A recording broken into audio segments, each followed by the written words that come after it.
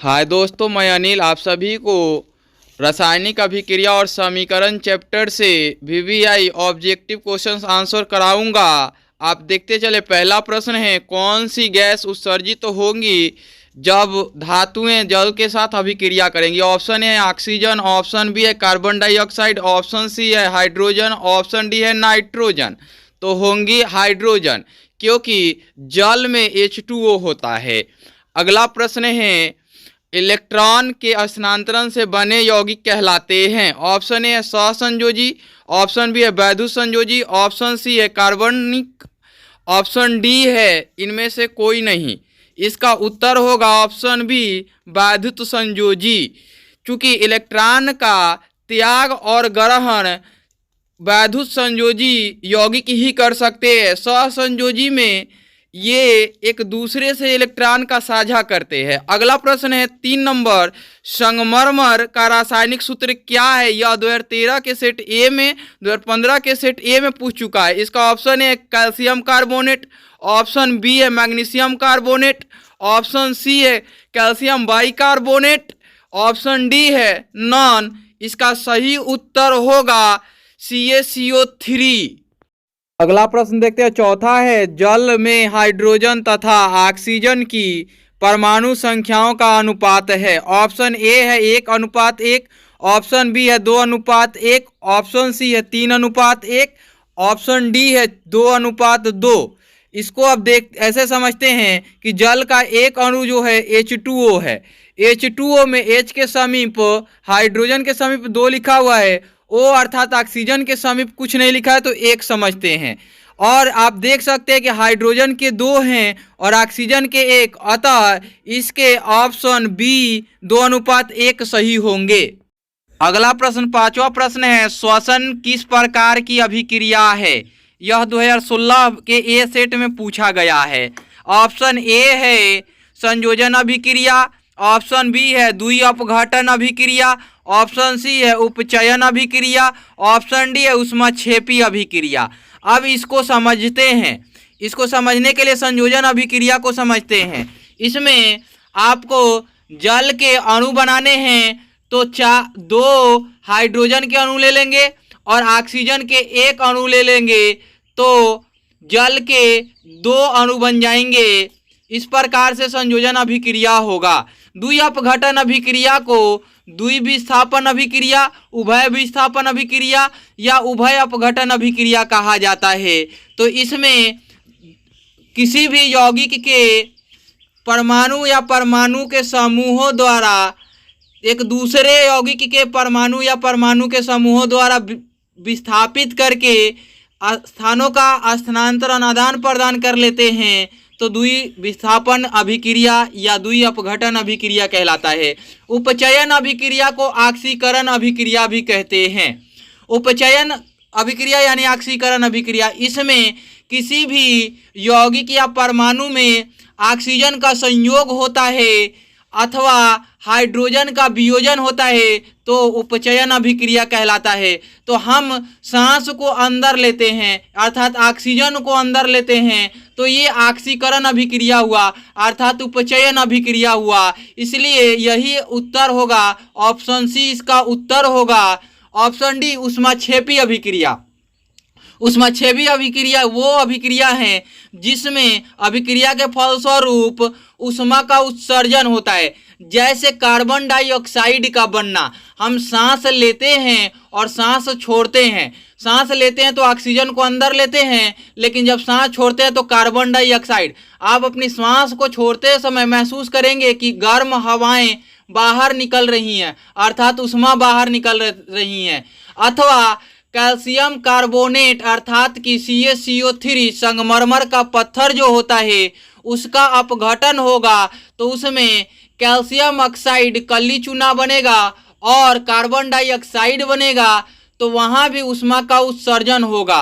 अथवा कार्बोहाइड्रेट जब ऑक्सीजन से अभिक्रिया करेगा तो ग्लूकोज और कार्बन डाइऑक्साइड बनाएगा, वहाँ भी ऊष्मा का उत्सर्जन होगा।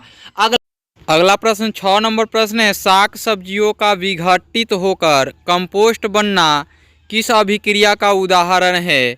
ऑप्शन ए है ऊष्माशोषी, ऑप्शन बी है ऊष्माक्षेपी, ऑप्शन सी है उभयगामी, ऑप्शन डी है प्रतिस्थापन। ये प्रश्न 2017 के सेट ए में और 2013 के सेट ए में आया हुआ है। ऑप्शन ए ऊष्माशोषी अभिक्रिया। ऊष्माशोषी अभिक्रिया में ऊष्मा का शोषण होता है। जैसे कि कैल्शियम कार्बोनेट CaCO3 संगमरमर में ऊष्मा प्रवाहित की जाती है तो वह टूटकर कैल्शियम ऑक्साइड बनाते हैं और कार्बन डाइऑक्साइड मुक्त करते हैं, या कार्बन डाइऑक्साइड को गर्म करते हैं तो कार्बन और प्लस ऑक्सीजन बनता है। ऊष्माक्षेपी अभिक्रिया हमने समझाया है अभी अभी। उभयगामी अभिक्रिया। उभयगामी अभिक्रिया वह रासायनिक अभिक्रिया है जिसमें अग्र क्रिया से उत्पन्न उत्पादन पुनः अभिक्रिया में भाग लेकर वही अभिक्रिया का अभिकारक बनाए जो पहले था। अर्थात कि ऐसी अभिक्रियाएं सीधी चलते हुए जो उत्पाद बनाती हैं उन उत्पादों से फिर रिटर्न आते हुए वही उत्पाद बनाए जो अभिक्रिया में भाग लेते हैं, तो वह उभयगामी या उत्क्रमणीय अभिक्रिया कहलाती हैं। ऑप्शन डी है प्रतिस्थापन अभिक्रिया। प्रतिस्थापन मीनिंग हुआ कि किसी यौगिक में उपस्थित परमाणुओं को या अणुओं को किसी यौगिक में उपस्थित परमाणु द्वारा अथवा किसी परमाणु द्वारा उसके मूलकों को विस्थापित कर देना प्रतिस्थापन अभिक्रिया कहलाता है। प्रतिस्थापन अभिक्रिया दो प्रकार की होती हैं, तो वह द्वि अपघटन अभिक्रिया होती है और एक एकल अपघटन अभिक्रिया, अर्थात द्वि विस्थापन अभिक्रिया और एकल विस्थापन अभिक्रिया। इस प्रकार से यह समाप्त होता है और अगला मैं उभयगामी अभिक्रिया डिटेल्स में कभी किसी वीडियो में समझा दूंगा। प्रश्न 6 के जो उत्तर होंगे ऑप्शन बी होंगे ऊष्माक्षेपी अभिक्रिया। ऊष्माक्षेपी अभिक्रिया क्यों? क्योंकि साग सब्जी जो है वह अपघटित होंगे। अपघटित होंगे तो कार्बनिक यौगिक बनेंगे। कार्बनिक यौगिक बनेंगे तो कार्बन डाइऑक्साइड उत्पन्न होगा और कार्बन डाइऑक्साइड जहां उत्पन्न होता है वहां ऊष्माक्षेपी अभिक्रिया होती हैं। अतः बी ऑप्शन सही है। प्रश्न संख्या 7 है, नीचे दी गई अभिक्रिया में कौन सा कथन सही है? यह प्रश्न 2015 के सेट सी का है। अभिक्रिया दिया हुआ है 2Cu यानी कॉपर प्लस O2 यानी ऑक्सीजन के एक अणु। अभिक्रिया का चिन्ह दिया हुआ है 2CuO अर्थात कि कॉपर ऑक्साइड। ऑप्शन ए है कॉपर का ऑक्सीकरण हुआ, ऑप्शन बी है कॉपर का अवकरण हुआ, ऑप्शन सी है कॉपर का नाइट्रेशन हुआ, ऑप्शन डी है ए और बी दोनों। तो आप पाएंगे कि यहाँ कॉपर के साथ ऑक्सीजन का संयोग हो रहा है अर्थात कि ऑक्सीकरण हो रहा है, तो कॉपर का ऑक्सीकरण ऑप्शन ए इसका सही है।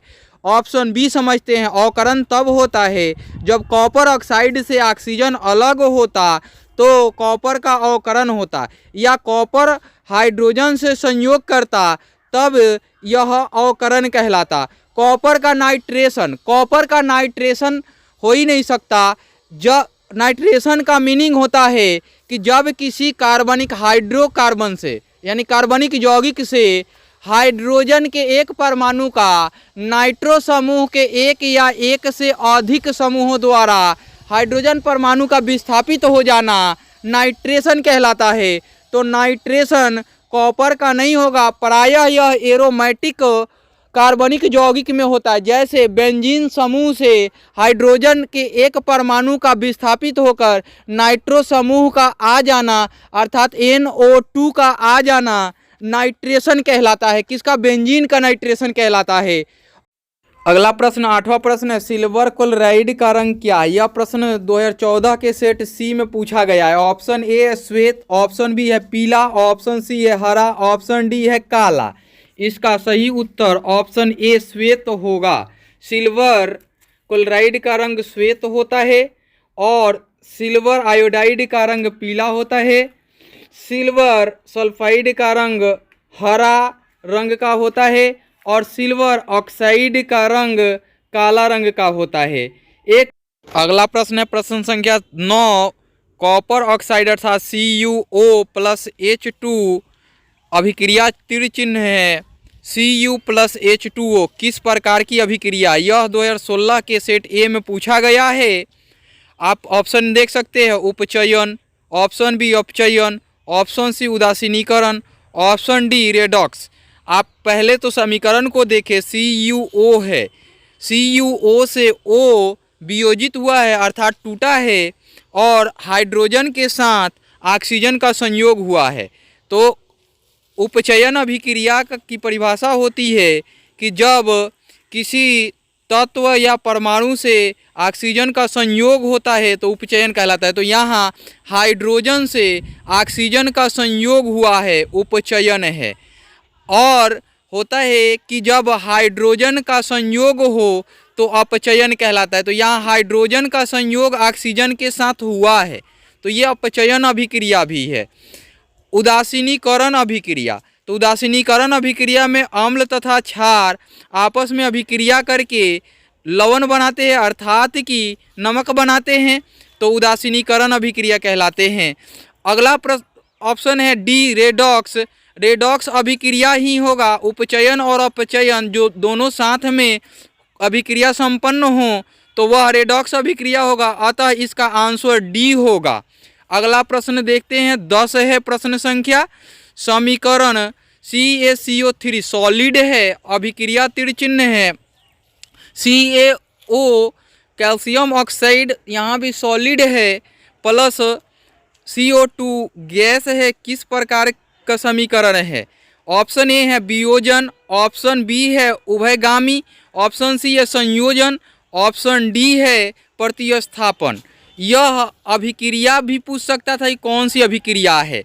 तो देखते हैं कि कैल्शियम कार्बोनेट अर्थात CaCO3 यह दो खंडों में, दो यौगिकों में टूटा हुआ है, CaO और प्लस CO2, कैल्शियम ऑक्साइड और कार्बन डाइऑक्साइड, एक सॉलिड और एक गैस में टूटा हुआ है, तो ये वियोजन अभिक्रिया है। उभयगामी अभिक्रिया हमने बताया था कि अभिक्रिया में जब भाग लेकर कोई यौगिक टूटते हैं या जुटते हैं और पुनः उसी यौगिक से अभिक्रिया संपन्न हो तो पुनः पूर्ववर्ती यौगिक प्राप्त हों या पूर्ववर्ती तत्व या तत्व परमाणु प्राप्त हों तो वह उभयगामी अभिक्रिया कहलाते हैं, उभयगामी समीकरण कहलाएंगे।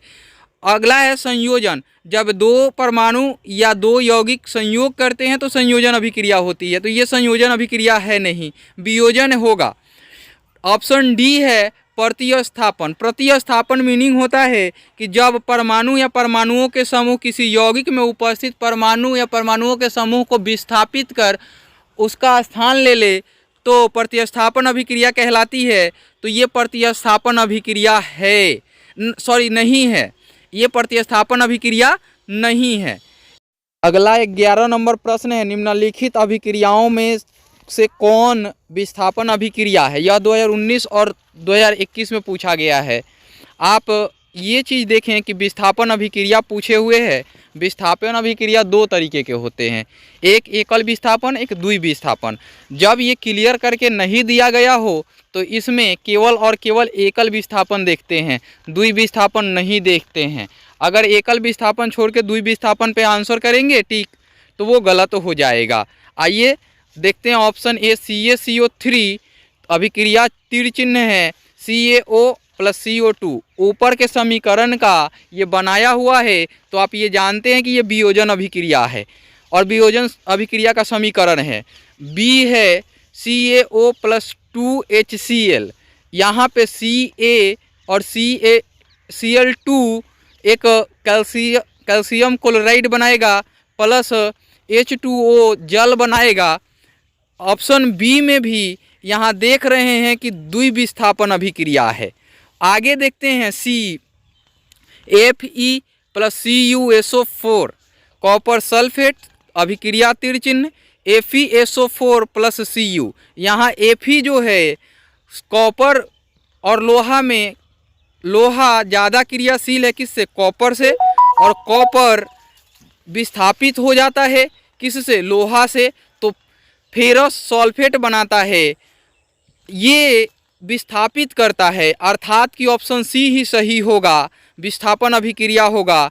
ऑप्शन डी है NaOH प्लस HCl बनाता है NaCl प्लस H2O। यहाँ ये कॉन्सेप्ट आप क्लियर कर सकते हैं कि ऑप्शन बी में भी परमाणु का आदान प्रदान हो रहा है अर्थात द्विविस्थापन है, यहाँ भी डी में भी द्विविस्थापन है। दोनों में द्विविस्थापन इसलिए दिया गया कि ज़्यादा कन्फ्यूजन आपको नहीं हो, इसलिए इसका सी ऑप्शन सही है।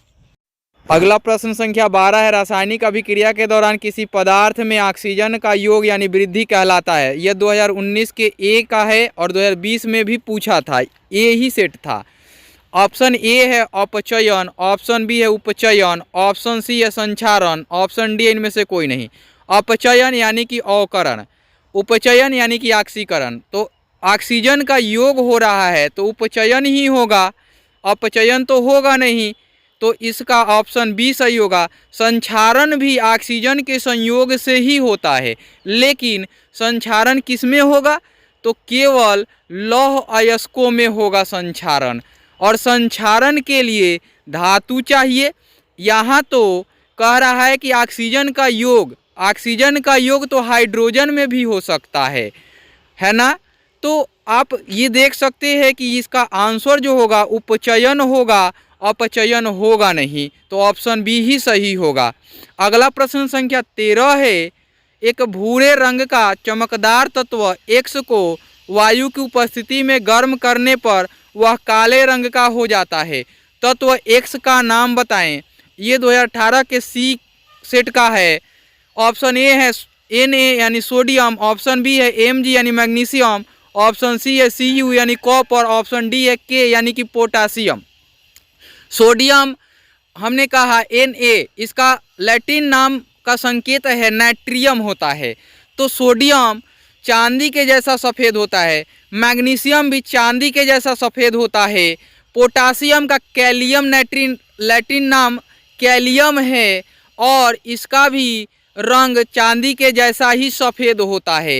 एक है कॉपर, ये नीले और हरे कलर को अपने में ऑब्जर्व कर लेता है अर्थात कि अपने में अवशोषित कर लेता है, जिसके कारण यह लाल ऑरेंज यानी कि भूरे रंग का दिखता है, अर्थात कि वह तत्व एक्स जो है वह कॉपर है। इसका ऑप्शन सी सही होगा। अगला प्रश्न है 14 number, sodium sulphate Na2SO4 aqua है यानी घोल है, plus barium chloride BaCl2 aqua ही है, दोनों घोल है। दोनों घोल को आपस में मिश्रित कर दिया जाता है तो अभिक्रिया तीर चिन्ह बेरियम सल्फर डाइऑक्साइड सॉलिड बनता है, BaSO2 barium sulphur dioxide plus 2NaCl, ये एक्वा घोल बनता है नमक का, दो अणु।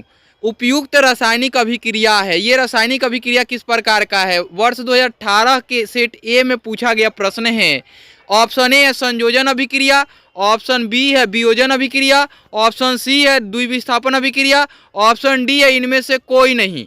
अब देखते हैं कि Na2SO4, तो Na2 यहाँ Cl से अभिक्रिया किया है तो यहाँ से Cl विस्थापित हो गया, कहाँ से? बेरियम क्लोराइड से Cl विस्थापित हो गया है और सोडियम सल्फेट से सोडियम विस्थापित हो गया है। सोडियम सल्फेट एक लवण था, बेरियम क्लोराइड एक लवण था, आगे जाकर बेरियम सल्फर डाइऑक्साइड एक यौगिक बनाया जो सॉलिड है। तो इस प्रकार से देखिए परमाणु के मूलकों का आदान प्रदान हुआ है। परमाणु सोडियम क्लोरीन के साथ और बेरियम सल्फेट के साथ चले गए हैं, तो आप देख सकते हैं कि ये द्विविस्थापन अभिक्रिया के उदाहरण हैं। संयोजन तो हुए हैं लेकिन एक नहीं बने हैं। वियोजन तो कह नहीं सकते क्योंकि एक का टूटना वियोजन कहलाता, तो इसकी द्विविस्थापन अर्थात कि इसका सी ऑप्शन सही है। 15वां प्रश्न है, जिंक तथा सल्फ्यूरिक अम्ल के बीच अभिक्रिया से कौन सी गैस निकलती है? यह 2020 के सेट ए का प्रश्न है। ऑप्शन ए है ऑक्सीजन यानी O2, ऑक्सीजन के एक अणु, बी है कार्बन डाइऑक्साइड CO2 अर्थात कार्बन डाइऑक्साइड के एक अणु, सी है हाइड्रोजन के एक अणु और हाइड्रोजन H2 लिखा हुआ है, उसके बाद डी है नाइट्रोजन के एक अणु अर्थात कि N2 लिखा हुआ है। आप पाएंगे कि जिंक का Zn होता है संकेत और सल्फ्यूरिक अम्ल H2SO4 होता है। तो जिंक सल्फाइड बना लेगा, जिंक हाइड्रोजन को क्या करेगा, विस्थापित कर देगा, और जिंक सल्फाइड एक लवण बनाएगा और लवण बना के हाइड्रोजन को विस्थापित करेगा। तो इससे हाइड्रोजन गैस मुक्त होंगे, गैस निकलेंगी, अर्थात ऑप्शन सी सही होगा। ऑक्सीजन का निकलने का चांस नहीं बनता है। कार्बन डाइऑक्साइड इसमें कहीं आ ही नहीं रहा तो कार्बन डाइऑक्साइड निकलेगा नहीं, और नाइट्रोजन भी कहीं नहीं आ रहा तो नाइट्रोजन भी नहीं निकलेगा, इसलिए सी इसका राइट आंसर होगा।